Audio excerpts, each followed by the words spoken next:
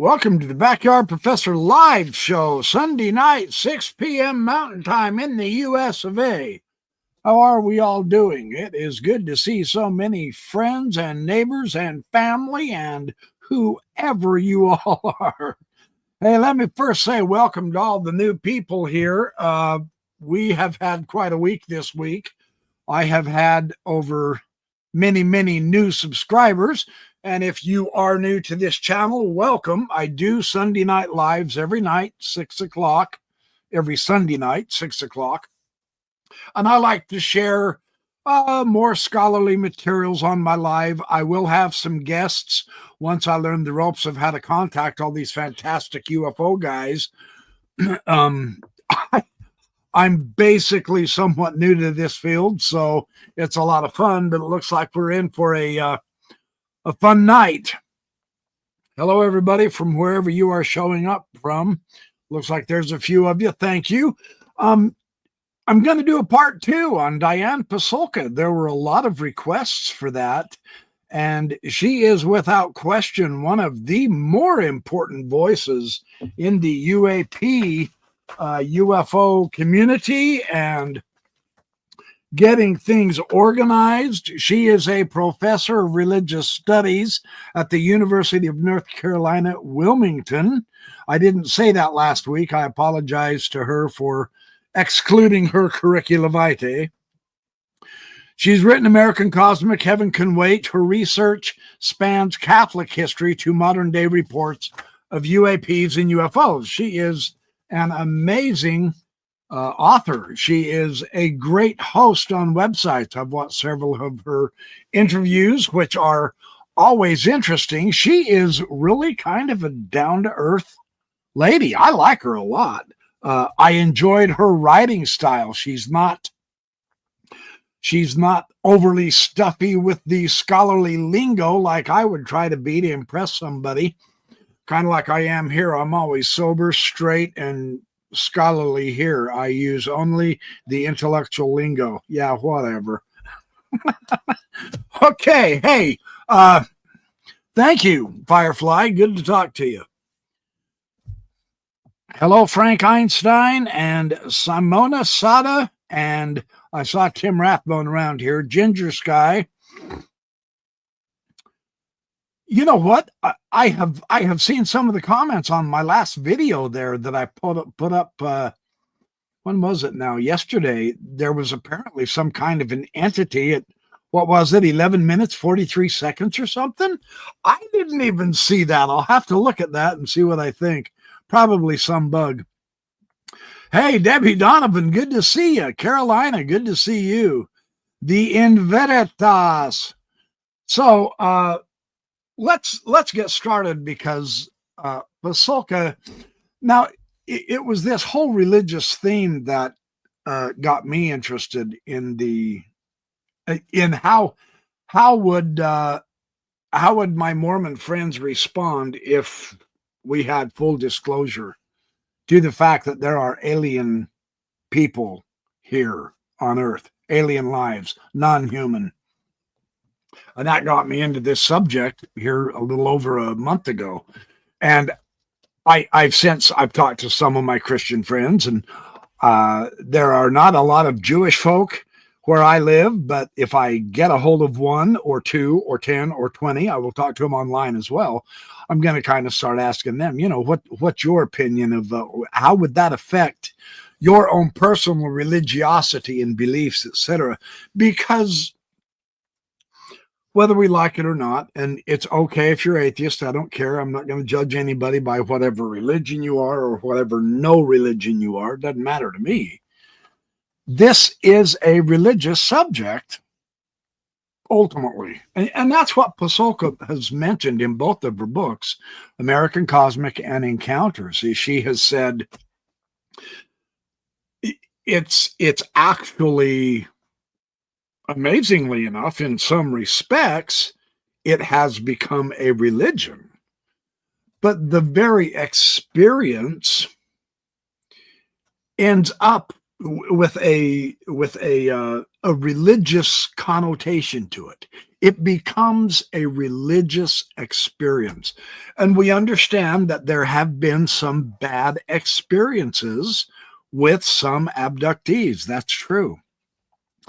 The statistics that Dolan says in his book is probably 80 to 90% good experiences, and there's been about 10% bad experiences. Perhaps this is because we are we're coming to recognize. I heard this on an interview on the Theory of Everything. That's a great show. You guys need to watch that on YouTube. It's called The Theory of Everything. He's awesome. He was interviewing, I believe, Danny Sheehan. Yeah, it was Danny Sheehan. And Sheehan indicated that we know of, based on reports from abductees and other people who have had experiences with meeting the aliens, whether out in the field or in a church or wherever they meet them, that there are probably 5 or 6 different kinds. And the astonishing thing about this is, and in a way, I'm still trying to wrap my head around this. This is not easy for me. I wish I could just, oh, yeah, that's obvious. I can't do that. I have to take time to absorb this information. There are a group of aliens that remind people of insects, like the praying mantis. Now, when I was studying martial arts, I learned Bruce Lee's Jeet Kune Do, and then I did do some Brazilian jiu-jitsu for a little while. That tied me up in knots and destroyed my joints and all that fun stuff. But man, what a blast to learn. These beings, they call them like insectoids. And you go, okay, insectoids, huh? And there are another group of aliens, apparently, that are they have like a scaly skin, and so they're kind of like lizard-like. I mean, they don't look like lizards, but they remind people of lizards, and it's just so interesting. Oh, hey, Force of an Ape. I'm going to show you a comment. Thank you for making this comment. Hello, BYP. I'm watching from Tokyo, Japan, and recently found your channel. Welcome to my channel, my dear friend. UAPs are being seen all over Japan, too. It's global for sure, and that has been my contention. This isn't just something happening to the United States or just to Brazil or so. And now Japan has spoken up, and so, yeah, Griff says he watched some Sheehan today. Sheehan, I know there's people who don't like him. I get it. They think he talks too much and all that, or he shares too much. But I mean, the man is so chock full of knowledge. It's just breathtaking. I've done a couple of videos on Sheehan, and I will do more. I've joined his organization, Citizens for Disclosure. Very well worth joining. And I will show this real quick. The New Paradigm Institute on Reddit. And this is the one that Danny Sheehan also began, and I've joined this, and they are a clearinghouse of UAP information for scholarly research, for getting yourself involved with various types of campaigns of spreading information or whatever. It's really a good group. I am really, really enjoying this, and this is their New Paradigm Institute.org Take Action campaign, Citizens for Disclosure. You can go there and you can write your congressman and tell them, yes, we want full disclosure. Now, I wrote my congressman and I've gotten a response back. It was a computer-generated response, but he promised to handwrite me a response here in a couple of weeks. So I'm looking forward to seeing what he says there, and I will share that on one of my lives. So yeah, this is a chance to get involved if you're interested. It's a good opportunity to rub shoulders with some really, really great people. And for those of you who didn't see it, I'll go ahead and post this too while I'm at it. Do some house clearing here. the new alliance with MUFON and the New Paradigm Institute.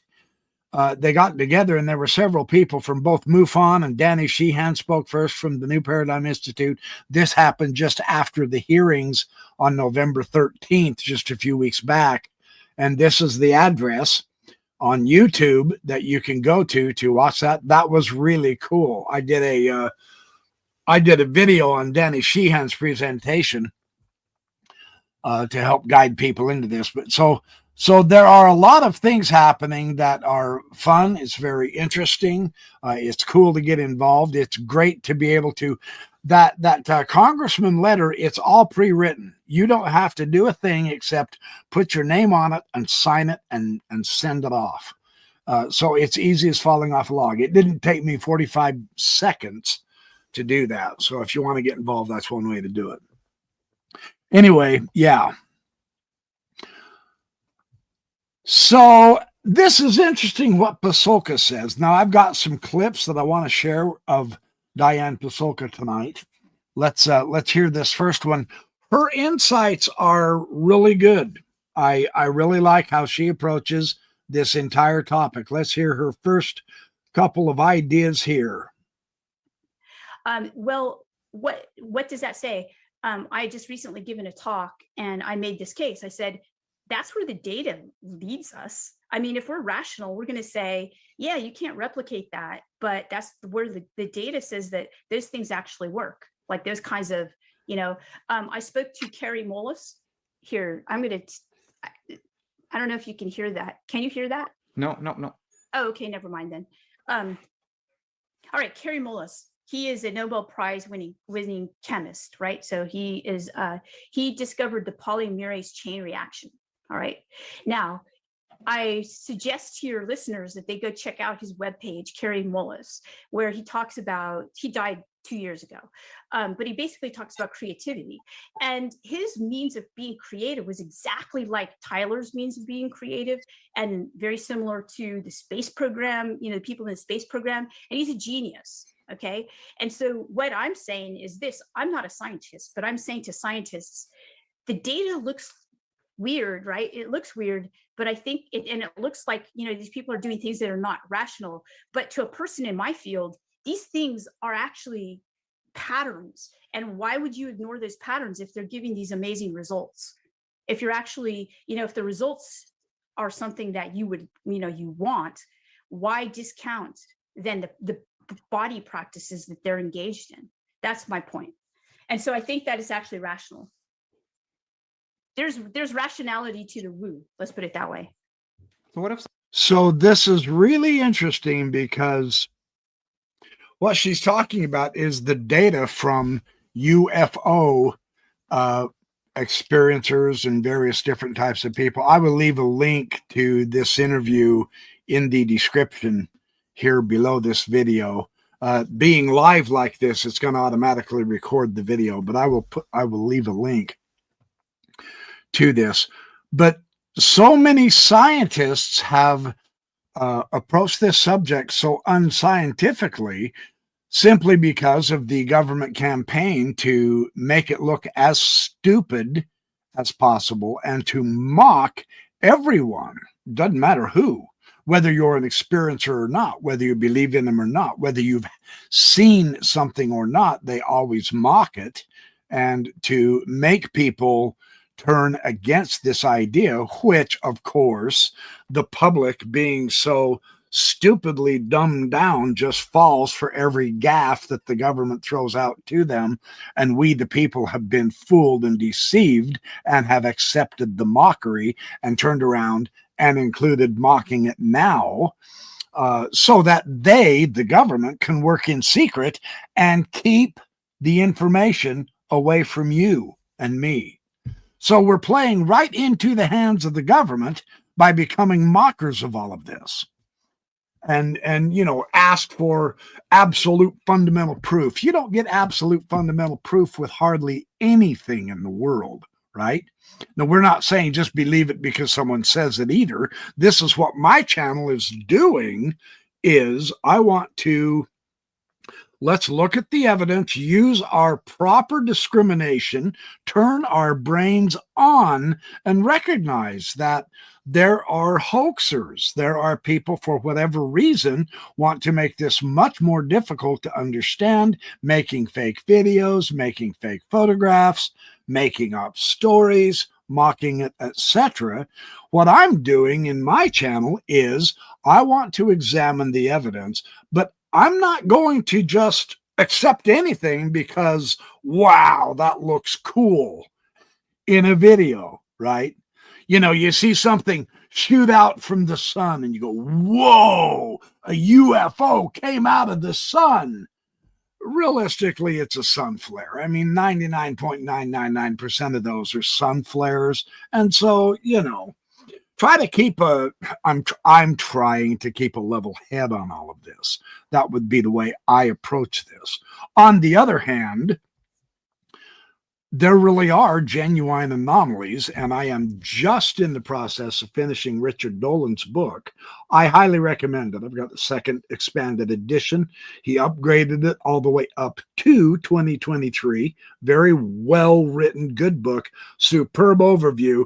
Parts of this book, I'm not going to lie to you, they're just outright depressing.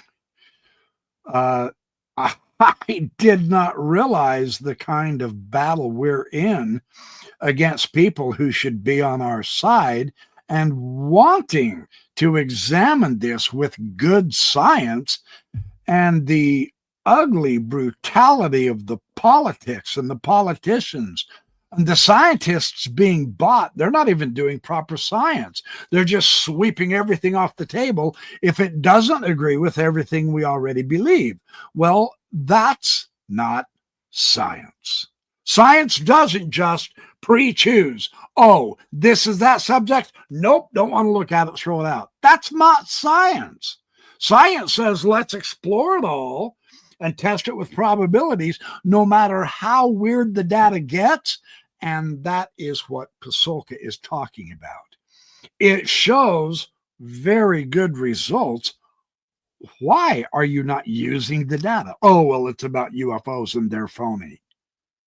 They're not doing science properly at all. Now, of course, the government is paying them to shut the hell up and say what they want them to say, and don't worry about inquiring about what we're doing. It's none of your damn business.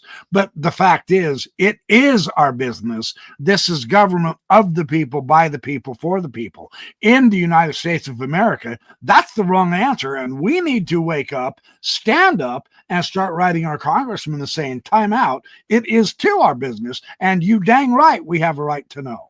So I'm not trying to cause a riot, not at all. I am trying to cause some action because they are whittling away our freedoms. They are going after the press so that only the press will say what the government wants them to say. Now, seriously, are you going to allow that? Is that what we want? No, we want free flow of information.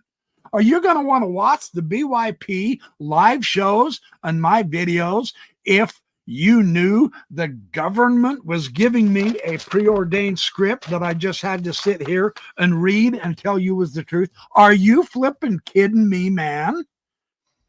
That's not what we want, but that's the direction they're heading. And Dolan is very good at that's a tough part of his book. I'm not kidding. That almost made me cry.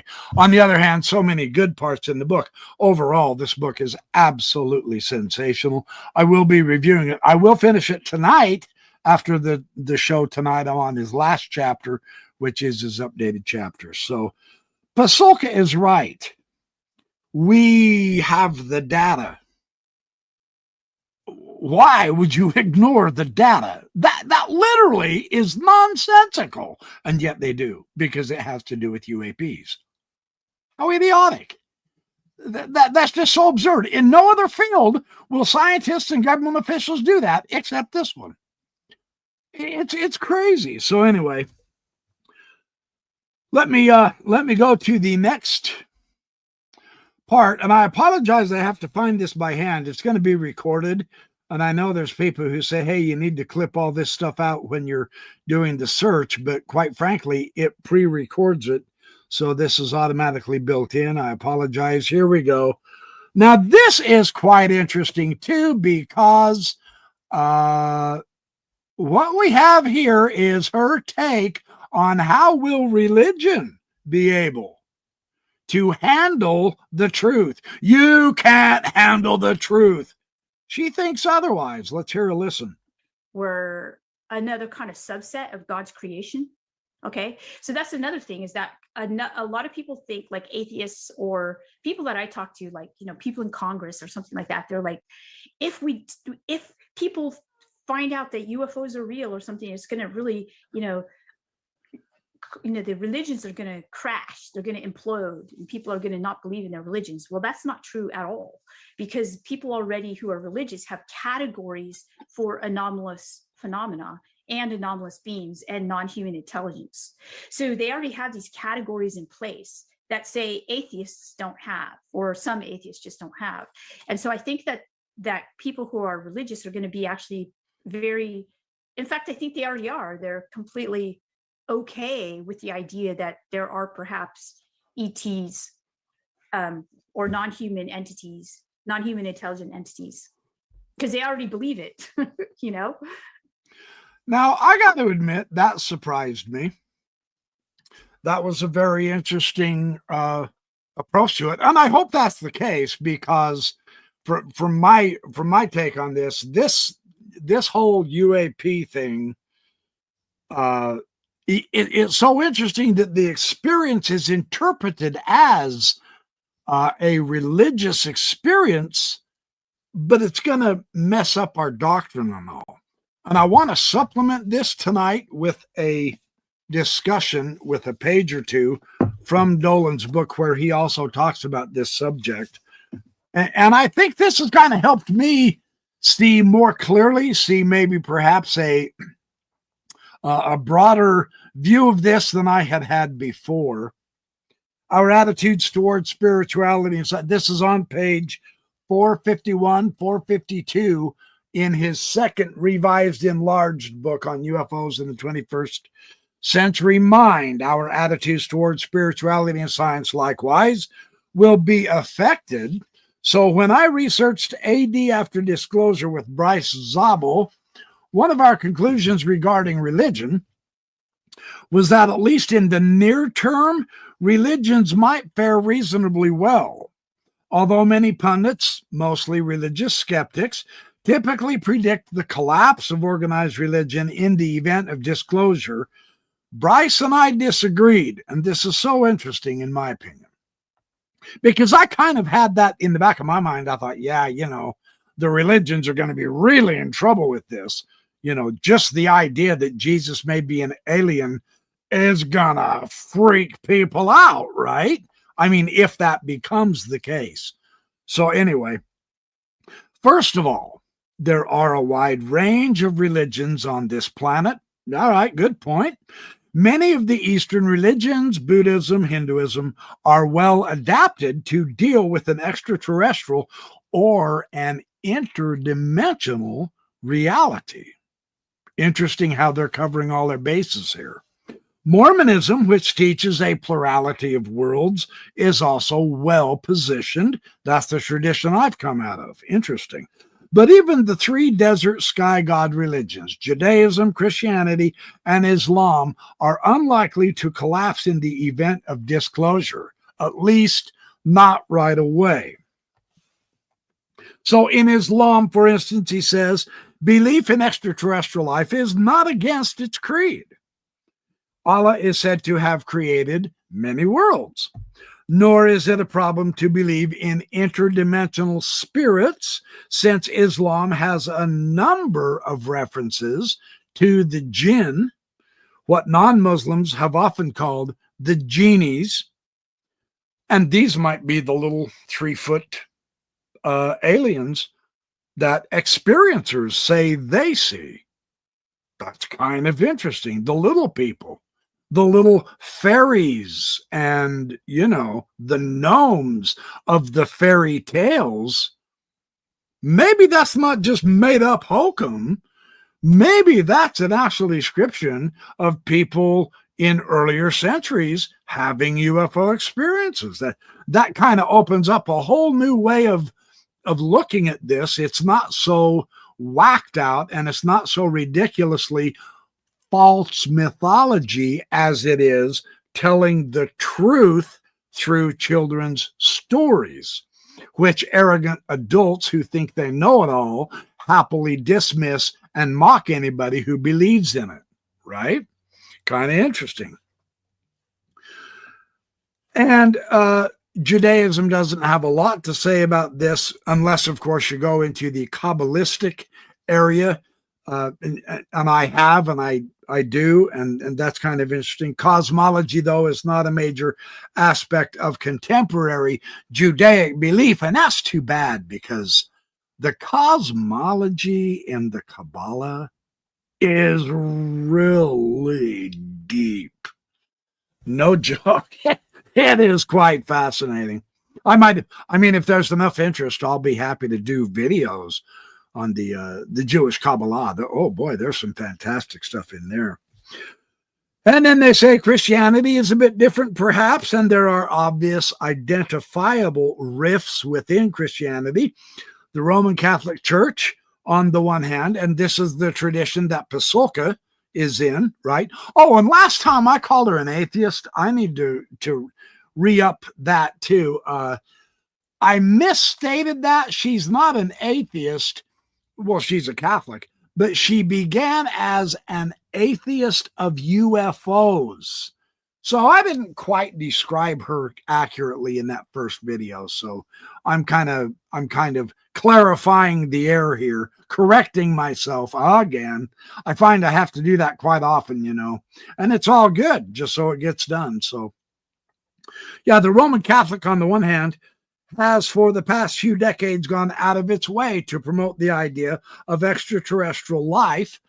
The Vatican has proposed many new statements supporting the notion of an abundance of life in the universe as part of God's great plan. So Catholicism seems to be really, truly okay with it.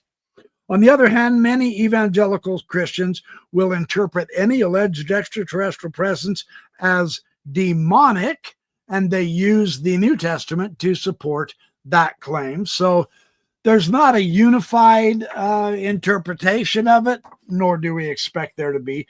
Technically, there doesn't have to be. It's all good. So this idea is really interesting.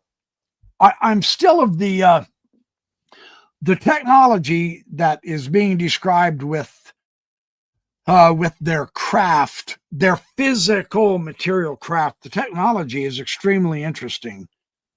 With the UAP and the descriptions of how it works, that could be somewhat of a shock.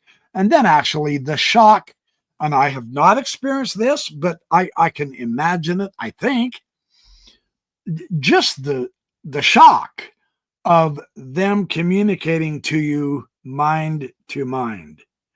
They can read your minds, and they can manipulate your mind so that you do not struggle against them.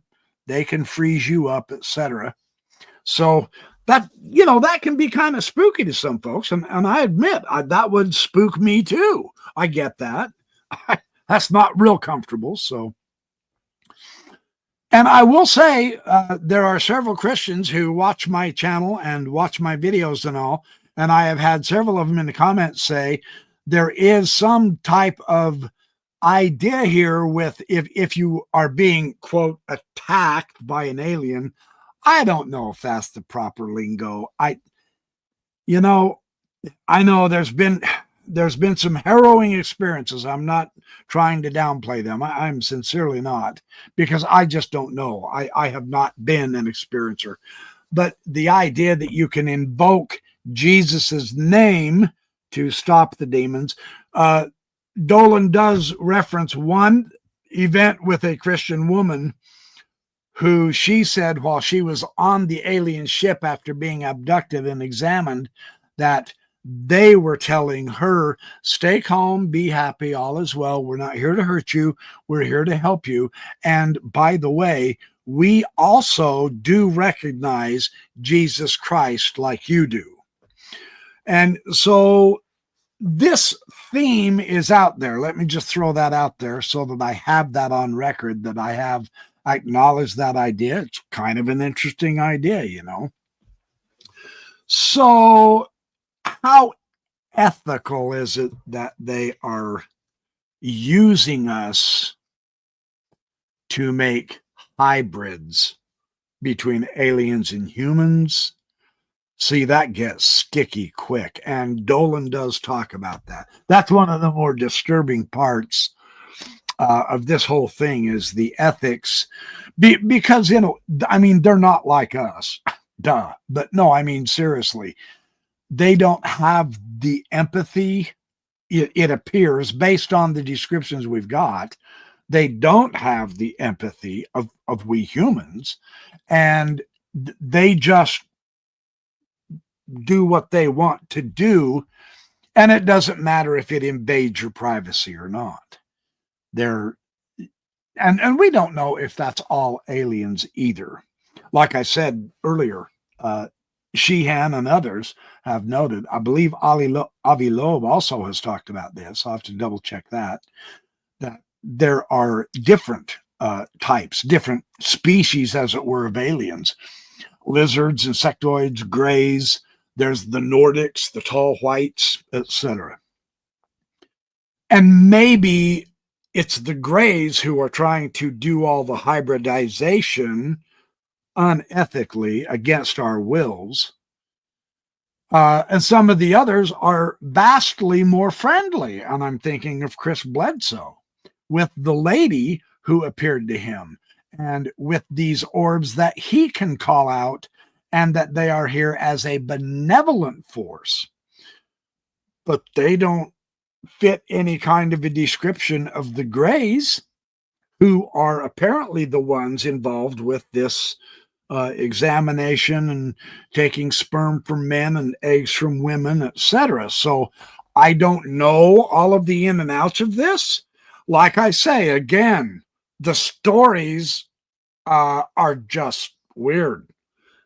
They're uncomfortable. I mean, to even talk about. It would be, you can understand why this is so terrifying for abductees if this is happening. I mean, I can't imagine. I don't want to experience that. I would love to experience it the way Chris Bledsoe says that we can, but not the way the Greys have done it. So anyway, boy, I'm rambling on, but it's all part of the mix of coming to grips psychologically, spiritually.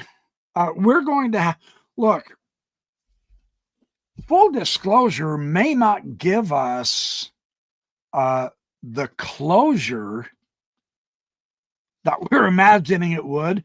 Dolan goes into that for many chapters, and it's been eye-opening. Now I have a part of me who says, no, I don't want disclosure. I have a part of me that says, absolutely, I want disclosure. But I think Dolan is on cue when he indicates the incredible speed that we are changing as a people, as humans, within my lifetime, within the last 60 years, is so much faster than what it's been for the last 500, that whether there is disclosure or not, and I'm not arguing against it, I'm all for it. I'm going to keep pushing for it. I'm going to keep encouraging all of you, come and join this with me. We'll have a ball together. We can get together in towns and have some coffee and have a good time talking and sharing war stories. But it's regardless of whether our government ever fully admits it, and let's be realistic here, and this is kind of the trend I'm trying to put across in my research and in my videos and my live programs here. I want to be level. Look, I want to know the truth as bad as anybody does. There's no question about it. I mean, it's bizarre enough, but let's be realistic. The government's never going to fully tell us everything. The issue is, does it have to? No, because we're changing at such a dramatic pace into territory that is so going to change us that if we live long enough, we will see that change in our kids' and grandkids' lives, that we don't need disclosure for it to happen. After all, I mean, you know, when you think about it, the government's been lying like hell for decades. So are you going to trust them when they do give full disclosure? This is everything we know. I'm not going to believe that if they say that. There's no way. They're not going to do it that way. They'll do it piecemeal, a little at a time, and save the best for themselves. They're never going to give us the full. Let's just be real. On the other hand, they're not the only way that disclosure can happen, are they? I mean, what happens if the aliens give full disclosure somehow? Yeah. And on the other hand, there is a third prong to this that I'm going to be happy to emphasize, and this is where Pasulka is coming in very strongly on the religious side of this. She's emphasizing, along with Jeffrey Kripal, the spirituality of it. Let's not mock the idea that the UFOs is a spiritual phenomenon as much as a material physical. I mean, I could just hear the critics. They're going to go, "Oh, dude, you are so drinking the Kool-Aid." Yeah, whatever. Read Pasulka. She'll give you the fullest context. But the third kind of disclosure is from we, people, you and me. Look, there's almost 600 of you here tonight right now, and you're having a good time in my chat, I hope. Okay, the chat family is having a riot. We're listening to a decent lecture by a ding-a-ling here on live, and you guys are being able to discuss the facts. So we also, through our experiences, through our demanding, keeping our freedoms of being able to say what we want and to print what we want and what happens to us without censorship, we reject 1984 philosophy. We want our freedom. That is what we will demand, right? We can bring about disclosure as well. And I really like that emphasis of both Pasulka and Dolan. And I know all the other ones are also, I mean, Chris Bledsoe. Hey, Chris Bledsoe's talking about some kind of a magnificent knowledge disclosure in 2026. That's only a year and a half away, you guys. So, I mean, who knows how this is going to happen. In the meantime, we can keep studying. We can keep putting on live shows and making videos and talking and sharing papers, etc. So this is how, what I'm trying to say is,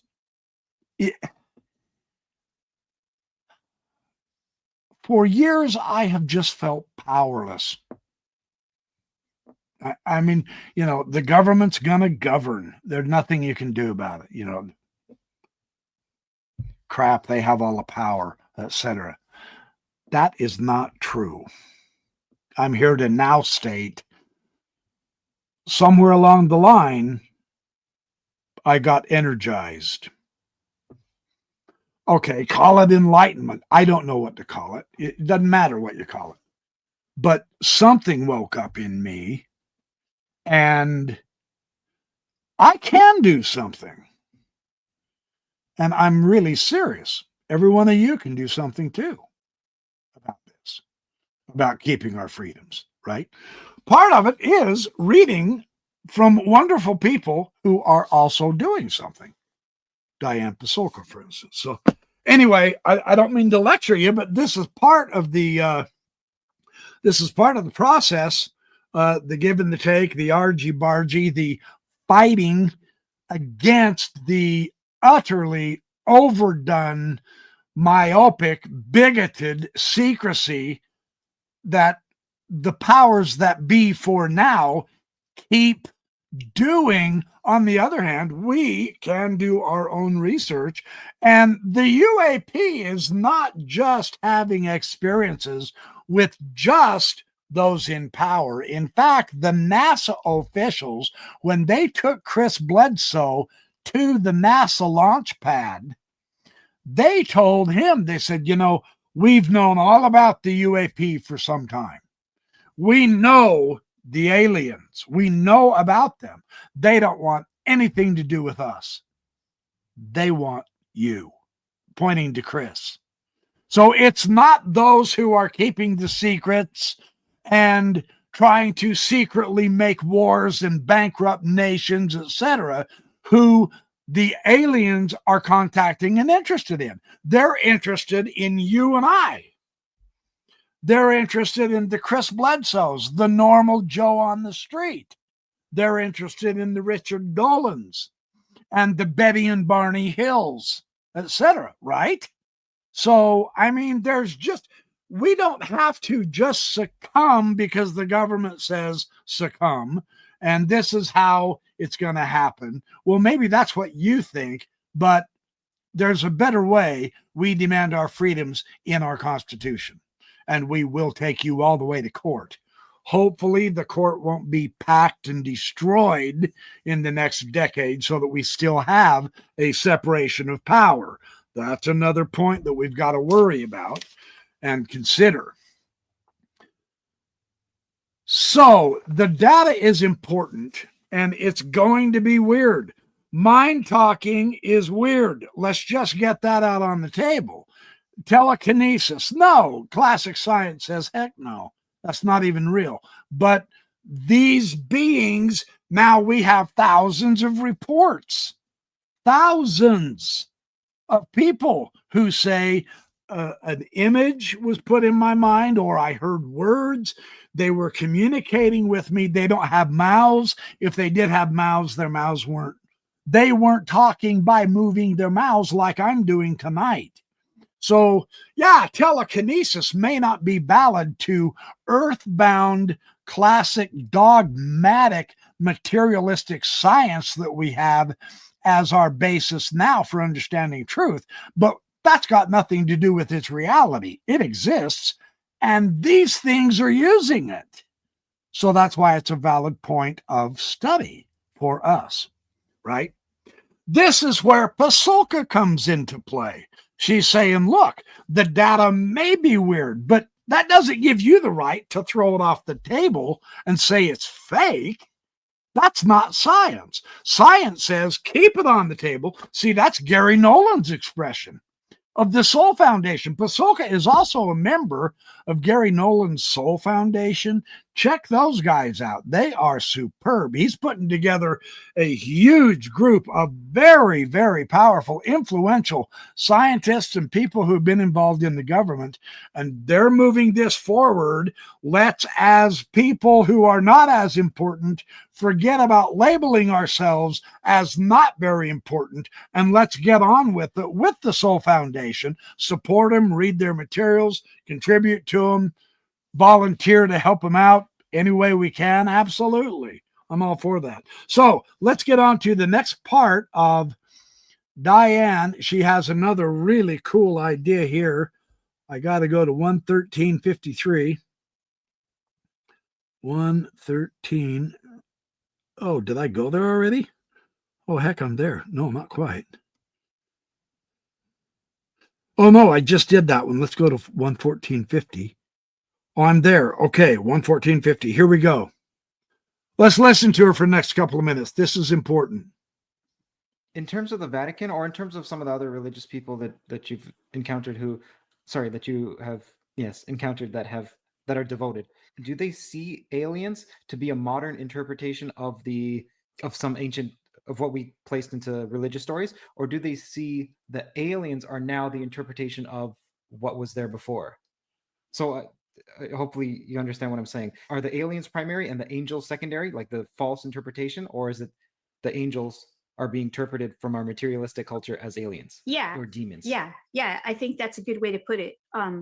And I have a friend, Jeff Kripal, he's at Rice University, and he talks about this actually. I forgot, he has a word for it, but I forgot what it was. But basically he says that, we tend to think that the people of the past misinterpreted these kinds of things, and they called them angels and demons when actually they're UFOs, right? They're unidentified, advanced aircraft kind of things, and that we have a much more accurate interpretation. He says that's baloney, because they're both interpretations and they're both based on what we know right now, and so who's to say, people 100 years from now are going to look back on us Exactly, and say, ha right. ha, look what they believed. That was really funny, And so that's what I think we have to do, is we have to get back to the Heideggerian impulse of basically the Socrates impulse of basically saying, what's going on, and maybe try to not conclude and just kind of observe. And I think that we'll get information if we do that. That's what I think we should do. Yeah, that's a very, very important point.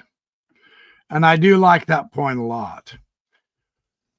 Rather than worry about getting to the answers, why don't we just watch what's happening? Let's figure out, hey, where does this lead to?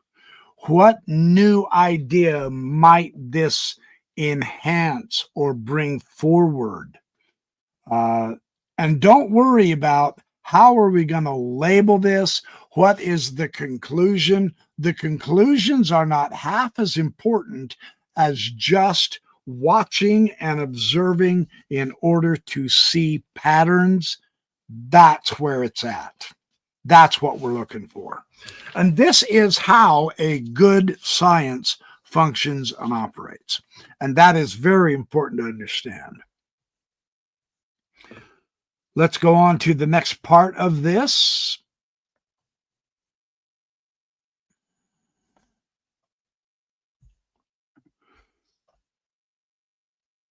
Yeah, all right. I'm going to keep letting her talk. This is also interesting. Instead of calling it something, why don't we just observe it and note patterns? Because there are patterns. Okay, so Fatima, right? So about the 1917 Miracle of the Sun, Fatima. Portugal. Yeah, this is a Vatican kind of Virgin Mary apparition thing. Okay. No, then I don't know it. It's not the sun that moved in the sky. This is different. No, it is. It's called the Miracle of the Sun, but it was supposed to be from the Virgin Mary. It was based on an apparition of the Virgin Mary. So if you look at some of those documents, and again, the primary sources don't attribute it to me or Jacques Vallée or even Jeff Kripal, because there were two people who did this research. And I can send you the info, Kurt. Please let me, because these people deserve the credit. Okay, I'll make a note. So send info of. Yeah, they did some great research on the primary sources, and what they found were that there were a lot of things that looked very, what we would call UFOs, because there was a man who had been with, I think there was 70,000 people there in Fatima, and he was a doctor and an atheist, and he looked up, and what he saw was something that looked like a pearlized disc that was spinning around and around and around. So if we could just get these kinds of descriptions and put them all together, I think that we would get, and without any kind of dogma associated with it, like, it has to be this or it has to be that, because there will be a lot of that and people will be upset. And I don't know why people are so upset about this. When I first did my research, by the way, I would get a lot of emails from people. In fact, I had to report it to my university in 2018. I was just getting hammered by pretty weird emails. And so, I just couldn't do my work. So I had to, I had to report it to, we have police at the university. We have tech experts like IT people. And so I reported that. And I remember This is in 2018. Chris Paget was our chief of police on the university campus at the time, and he looked at the emails and he said, "This looks like religious extremism." And I said, "Yeah, that's what it looks like." And that's important too. We don't need religious extremism. And I'm noticing I'm getting some in my chat. You guys calm down, relax. You're not here to preach your religion. We're talking UAPs. I get it. You like to. That's fun. Do it in the comments on my videos, not my live chat though, or I'm going to have to get some moderators to control you a little bit, right? So it's the extremism that causes all the problems of an accurate, valid interpretation, which, of course, can possibly throw us off to doing the right thing when we do confront the UAP. I mean, an extremist, if they saw a UAP, would pick up weapons and try to fight them. That's ridiculous. You don't need to do that. You can't anyway. They'll just freeze your mind and freeze your body so that you can't move. So it's best not to rile them up, is what she's saying. So that is really a cool and interesting point as well. Let's keep going. There's a few more comments that, yeah, I've taken out some of the, I mean, you guys are getting a little bit wild in the chat, and I'm all by myself. So yeah, I might have Debbie Donovan be a moderator, because I don't need you guys to be fighting in my chat over whose religious interpretation is correct. That's precisely what I'm constantly arguing against doing, right? I mean, if you want to spread your religious ideas, start your own YouTube channel. You're more than welcome here to watch mine, but don't start trying to convert everybody. That's not what we're about here. We're just simply learning. So anyway, all right, here we go. Let's keep going.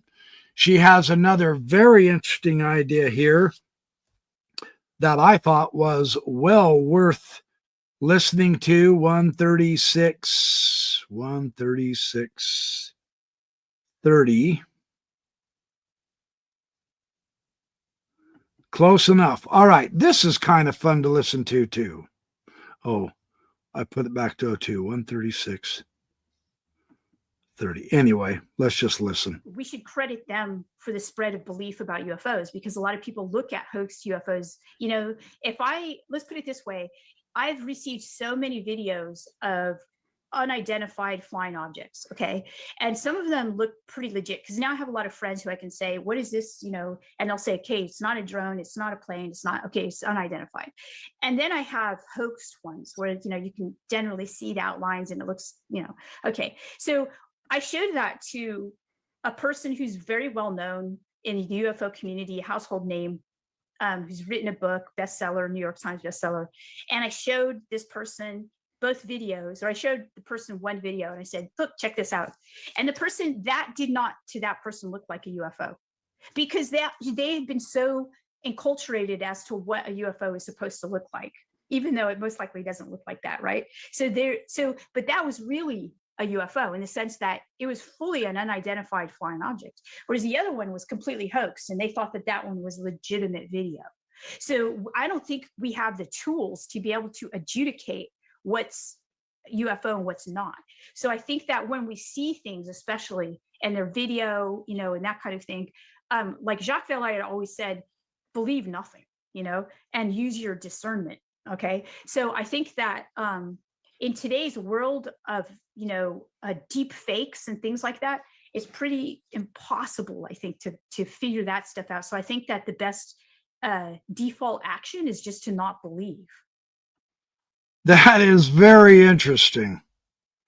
That is very interesting, because it is a religious experience by those who are having the experience, right? But don't believe and don't see, this is where the trick is. This is why we get together and try to figure this out with the various analysis and contexts.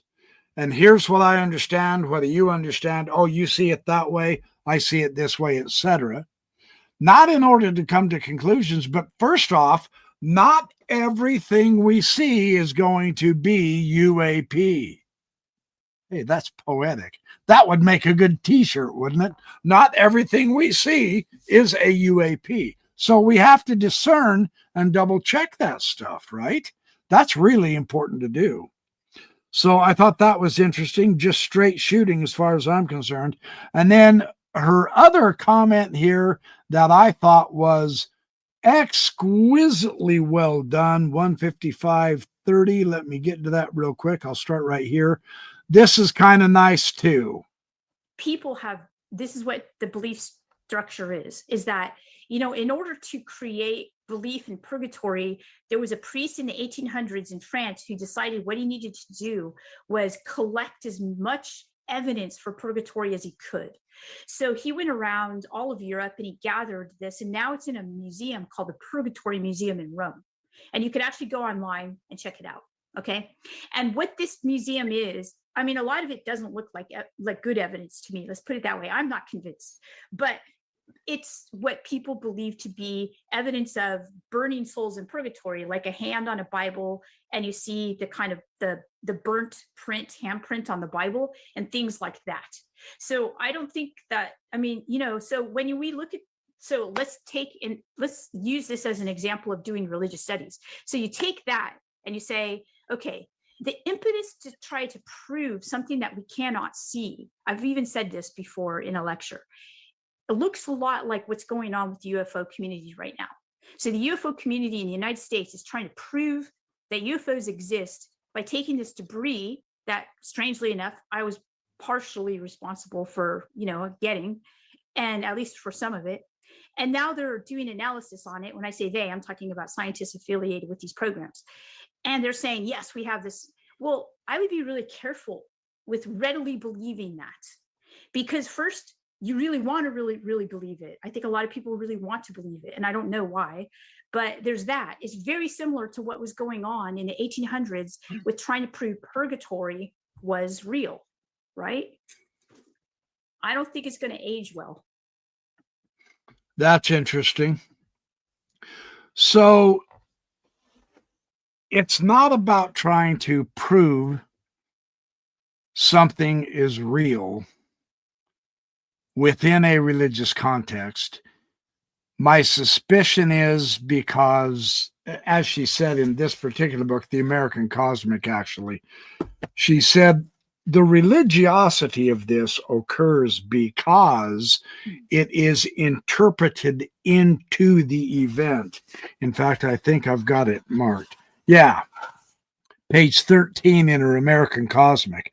She says, in analyzing the contact event with a UAP or with an alien and the subsequent interpretations of it, one needs to keep a few things in mind. First, a contact event is not automatically a religious event. It's just not. And the spotting of an unidentified aerial object is not automatically a UFO event. It's just not. I agree. These experiences become religious events or UFO events through an interpretive process. So understand, we may mistakenly be interpreting a weird data thing that happened as a UFO, when in fact it might not be. So we have to be careful. Same thing with the religious angle of this. We have to be careful because that might be simply an interpretation, not the fundamental ground reality of the meaning of what has happened. So I thought that was very interesting. And then finally, this one last thought of hers, and I think this is really excellent how she describes this. I think I'm already there. I am. Let me just continue. Right there, what you're doing with this book too is finding the similarities between religion and then the UFO phenomenon or ufology and so on. And so one of the advantages of calling some field by some other field's name is that you can use the old field's tools to investigate the new field. Essentially, what I'm asking is, what does calling UFOs or ufology or whatever it may be, what does calling it religion, quote unquote, allow that wasn't there before? Okay, this is a good question. I want to make sure you understand what he's asking. He's asking her, and technically speaking, and I'm not trying to disparage Pasulka. This is not in any way meant to impugn her. But Kurt is asking her, why are you calling the UFO thing religion? Why are you putting this in the religious camp? What does that add to the experience is what he's driving at. I just want to make sure you understand that, because her answer here is really interesting. And I just want to make sure that you understand. I was a little confused at first, but let's hear how they bring up this context. I can give you an example if you like. Yeah. He's going to give an example, and then she's going to respond. And his example is pretty good to help give his idea of what he means. So, no, you can give an example. Those are always okay. good. So let's say there's some class of objects or people or practices like veganism or architecture or car driving. Let's just take architecture. If I was to say architecture is mathematics, that opens up, that's maybe three aspects. So one would be, you can now use mathematical tools to analyze architecture. And then the number two would be the vice versa. So you can now use architecture to help innovations in math. And then number three would be to, this is more of a social effect, it would elevate or depreciate the field that's being compared. So in this case, it may be a neutral to positive result. So people would now view architecture either the same or a bit more positively, because the general public has a neutral to positive view of mathematics.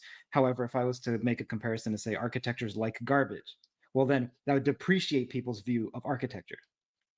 Okay, so calling something by something else's name, it has certain advantages. It allows for something. So what does calling UFOs or ufology religion allow for that wasn't there before?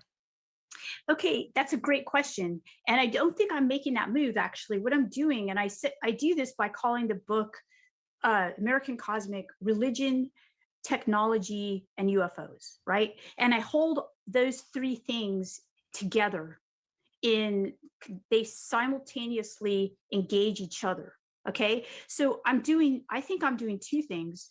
I'm using religion, the tools of religion, to study the development of belief in UFOs. And I think that that's a good thing to do, because people in religious studies, we don't have to say UFOs exist or don't exist. We can study it as a belief system. Okay, but I'm also using UFOs as a way to push the methodological boundaries of religious studies, because religious studies likes that's interesting. Because religious studies likes to reduce things just to social effects. And what I'm saying here is, we have a belief system that is now corroborating itself through science, and that is something we've never seen before. No other religion, Christianity, Islam, Buddhism, no other religion has actually said we can corroborate ourselves through science, right? But ufology has, or is doing it at this moment in time. And that's what I'm saying to religious studies. I'm saying, maybe we should take a look at this, because this is really interesting, And I wish more people are now that, the Pentagon report came out in 2021. And a lot of people in my field are looking at UFOs in a completely different way now. So she is using this theme of religion in order to understand how the UFOs and UAPs affect society, because so many of the experiencers are coming away from their experience as a religious experience. And that's for both sides, for good or bad. And so that's why I'm bringing in the religious end of this. I saw a couple of questions they're asking, why are you calling it religion and all? Now, I might have been calling it a religion, and I'm probably overstepping my bounds in that regard. So I'm going to pull back a little bit on that. But her explanation here is extremely interesting, because She's not studying it in order to pronounce it true or false. She's not attempting to judge anyone's experience as, oh, well, that really happened, but those guys are lying. Therefore, those types of aliens don't exist. None of that interests her as a scholar of religious studies. She is seeing the social impact on people's lives of their experiences with UAPs, which the people are turning into a religious experience, either as angels or demons or what have you. As a religious studies scholar, that's the way they can approach this. I personally find that very attractive and interesting. I truly do. So that I wanted to share that with you from her on that. And it makes it, what it does, we're not going to get away. We can try, you know. Oh my, who among us has not tried this at one time or another?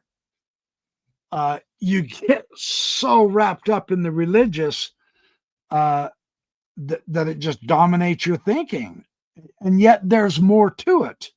But we get it, and we don't have to get rid of the religious angle. See, that's some of that weird data that she was talking about earlier in this interview, where she said, no, don't take it off the table.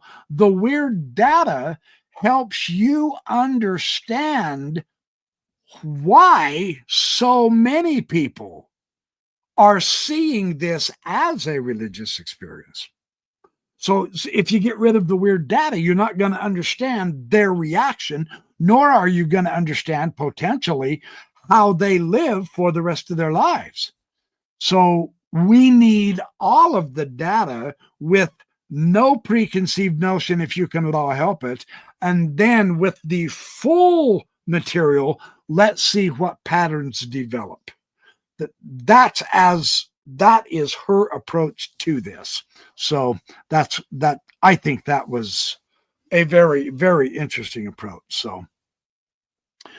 So I probably made about 100 people mad when I made my announcement to quit trying to preach. I saw that my audience went down pretty quick after that, and it's all good.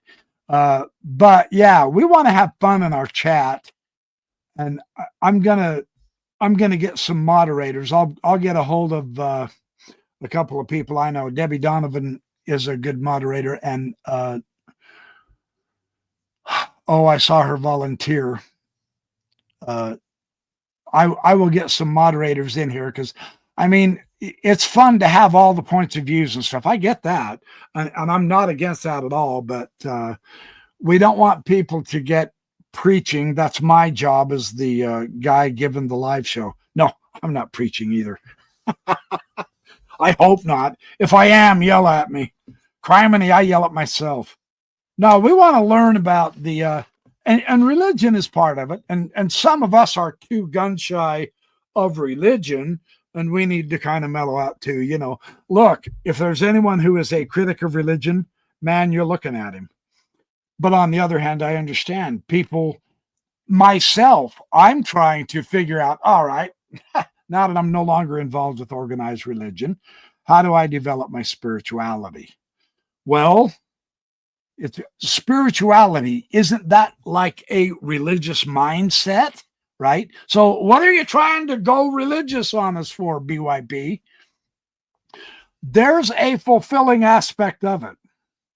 If you get it through organized religion, fabulous. If you don't, fabulous. If you just can't stand religiosity at all and you go full-blown atheist, fabulous.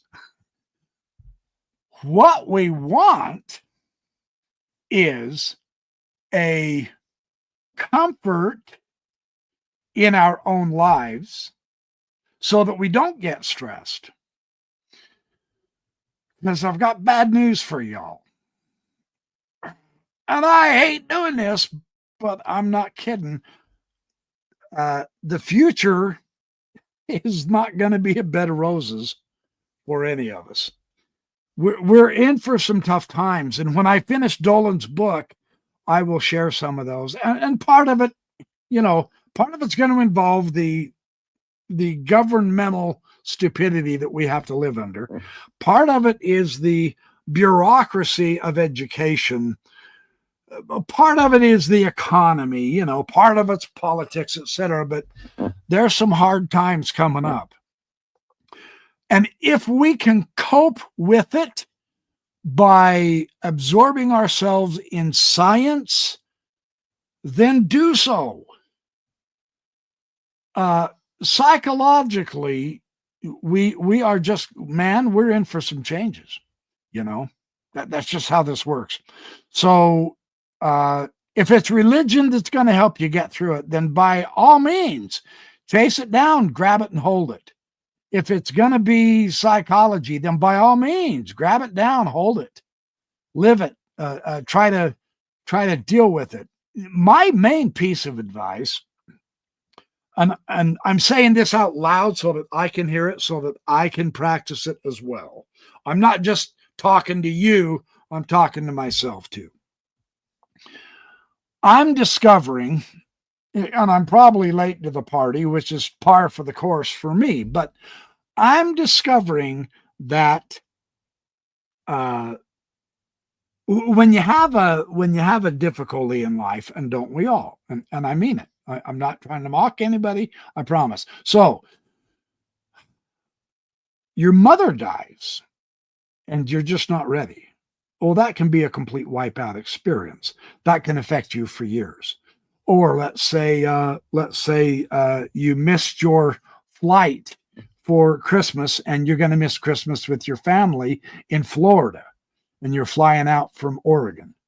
Well, that can ruin your holiday. I mean, there's all manner of things that can really put stress on ourselves. Or the idiot in front of you on the highway not only pulled in front of you and then slammed on the brakes to stop fast for the red light, but then he's flipping you off, and then you have a road rage incident, etc. I'm discovering that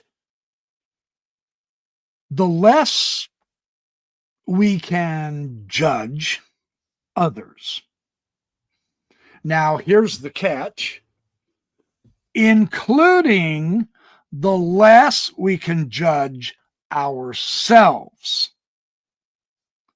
Don't be so angry at yourself. Nobody is your worst enemy than you.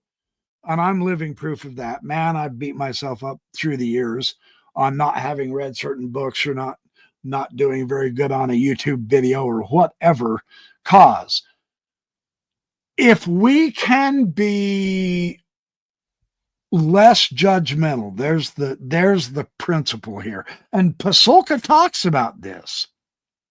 And it doesn't matter whether we approach this from the scientific side. It doesn't matter whether we approach it from the history side or the religion side. Nobody likes to argue more against each other and call each other names than historians, right?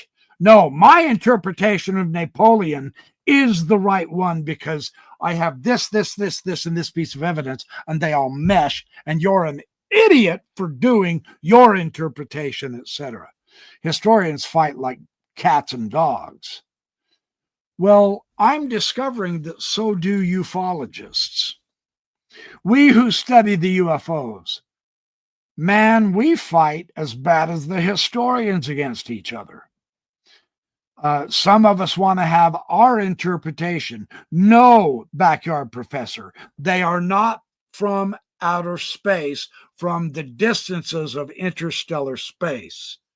They've always belonged right here on Earth. And people can have big, bad, drawn out, long dogfight arguments about what kind of beings the UAPs are. And that builds tension.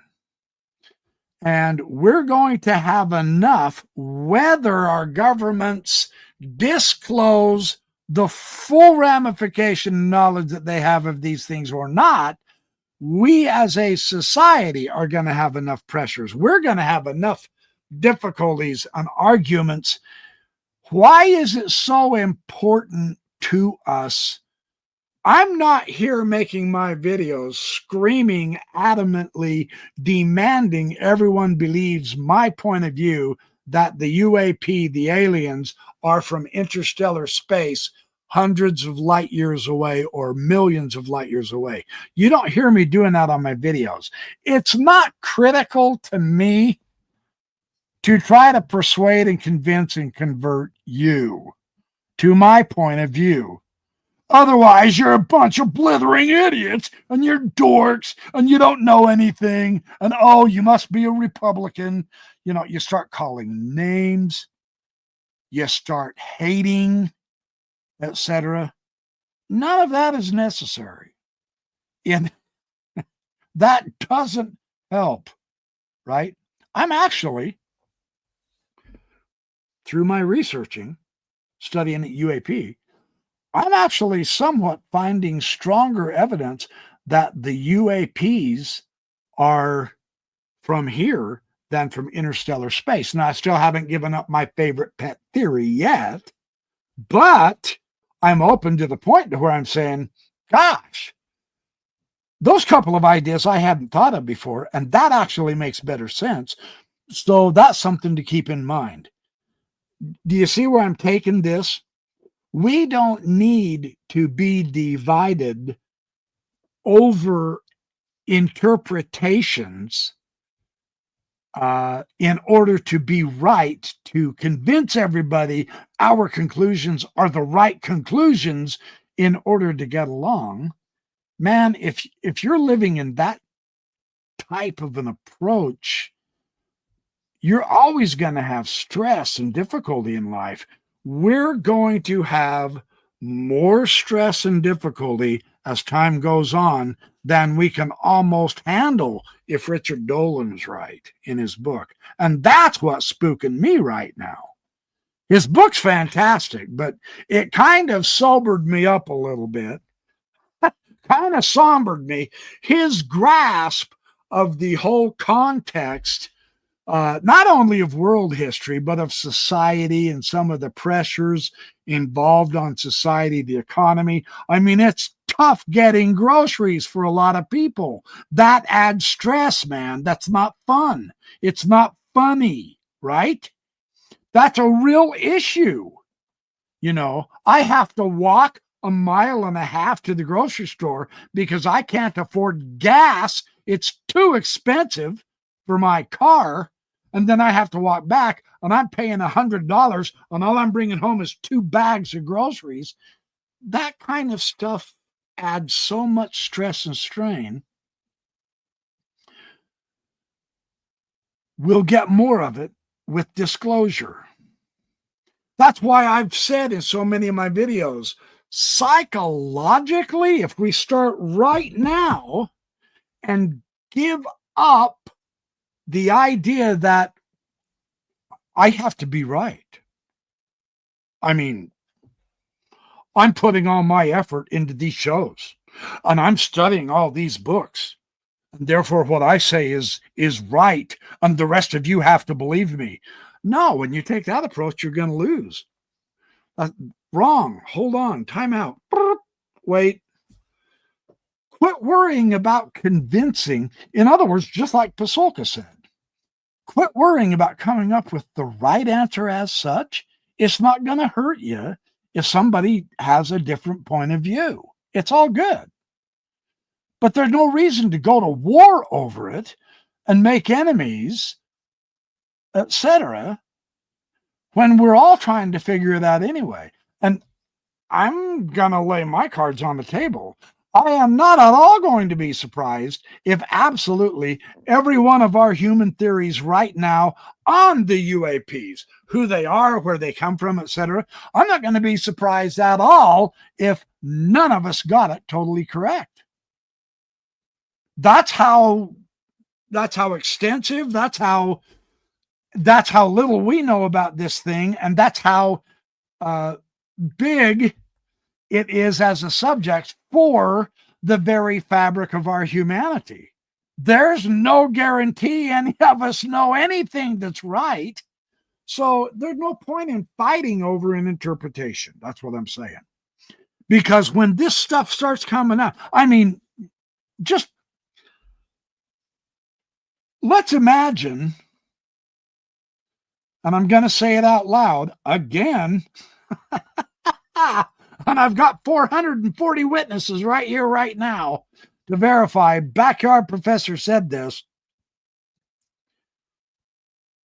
I don't think Cliff High's prophecy of the battle of UFOs and the jet fighters that we own as humans on December 3rd, that's Tuesday. That is in 2 days from now. On December 3rd, there's supposed to be a big battle. People have called that a prophecy or a prediction or whatever. I don't think it's going to happen. I never did. I never said it would, but I've been talking about it a little bit. But if it does happen, are you kidding me? I don't think anybody in the world's ready for that. Seriously, if something like that, or I should say when, hopefully it's not inevitable, because we don't want to fight these things. Every indication indicates we can't win. So let's not go to war. You know, you're not going to make them do things our way. That's not how this is going to work at all. But if that really does happen, do you really think we're going to be able to comprehend that? Really? I don't. I mean, that's kind of why I do this stuff, is we are not prepared psychologically for any of this, I don't think. I hope I'm wrong. I'd love to be wrong, you know. In fact, I've never wanted to be wrong so bad. You know, instead of wanting to be right all the time, criminy, half the time in this subject, I'm hoping I'm wrong because it's better. We're all guessing, in other words. So if we can not get so involved in worrying about, well, I'm right, and then if you're not right, huffing off and storming off and quitting YouTube and shutting all your doors and windows and hiding and hating the world. Why? Man, you don't need that kind of extreme attitude or approach. What good does that do? It'll give you ulcers. Great. You'll make your doctor rich. Is that really what you want, though? My doctor's got enough damn money. I don't need to give him mine. It's okay to be wrong. Maybe it's okay. I've been more wrong than right. And I'm not kidding. I read a lot more than the average Joe on a lot of subjects. And I'm just here saying I've been wrong more often than right. But you know what? That's excellent, because it being wrong has guided me in a better direction in order to get a better probability for being right in other subjects. So it still builds, it still, how do you put it, helps us attain to the probable truth, even when you're wrong. That might be the right way to put it. And I know I'm getting kind of lectury. I don't mean to. But this is an important point. In this field, the problem with our military and our government is that their stinking egos are vastly too big and important, and they will lose. That's not good. So instead of ruling through ego, I want to say, yeah, let's rule through knowledge. Wisdom might be better, but recognize if we have to always be right, if we are adamant and insist, I'm right, I've read 5 books on the subject, I'm right, damn it. I've read 5 UFO books. What I say is right, and none of the rest of you have a clue. Man, if you have to have that approach,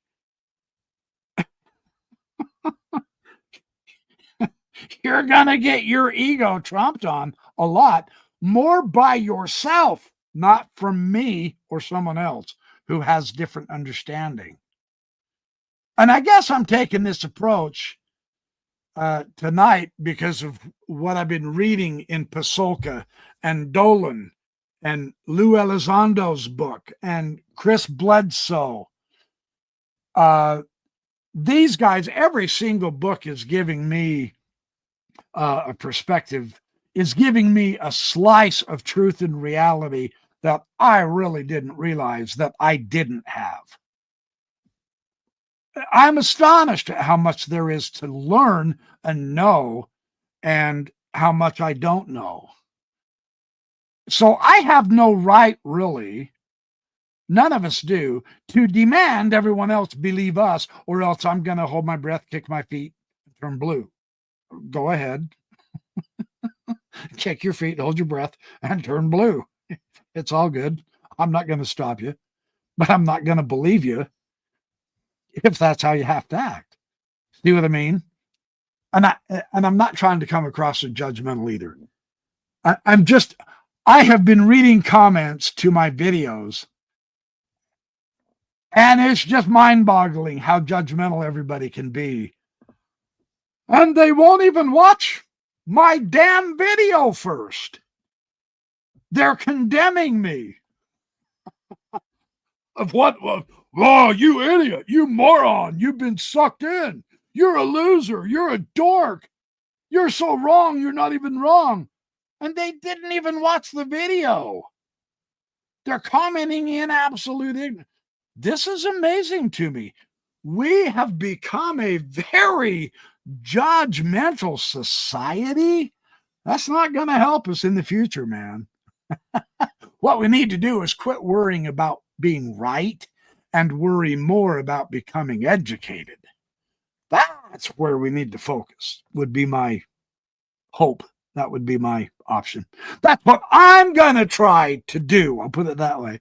And I'm going to continue sharing it with you, regardless of whether people think I'm a blooming idiot, but they won't watch my videos. It's all good. You know, I am virtually forced to take this approach that they're the losers, not me. So, you know, I'm not trying to be judgmental, but if they're not even going to watch my video first to understand my stance, and then they're going to turn around and castigate me for being so wrong, you know, you almost can't help those kind of people. It's kind of fascinating, isn't it? All right, look, I've lectured, I've preached, I've talked, I've shared some really cool ideas I'm thinking in these books and with this wonderful interview of Pasulka with Kurt. And it's about time up. 1.5 hours. Yeah, we're right on target. So thank you all so much for being here tonight. Welcome all you new folks. It's great to see you having fun in the chat. We will be back next Sunday with another really great show. I'm going to keep making more videos and commentary on all subjects and aspects of the UFO phenomenon, either personalities or authors or new experiences. If Tuesday is the end of the world, I'll get on and let you know. If it's not the end of the world, I'll get on and let you know. I'm looking forward to Christmas this year. I'll put it that way. That's my response to that. So thanks for all your support and love and help. I'm really glad to see all of you. Have a great night. And I will catch up to you just as soon as I can, which is quicker than you think, because time's a flying and time's a changing. So I love you all, but I gotta go. See you soon.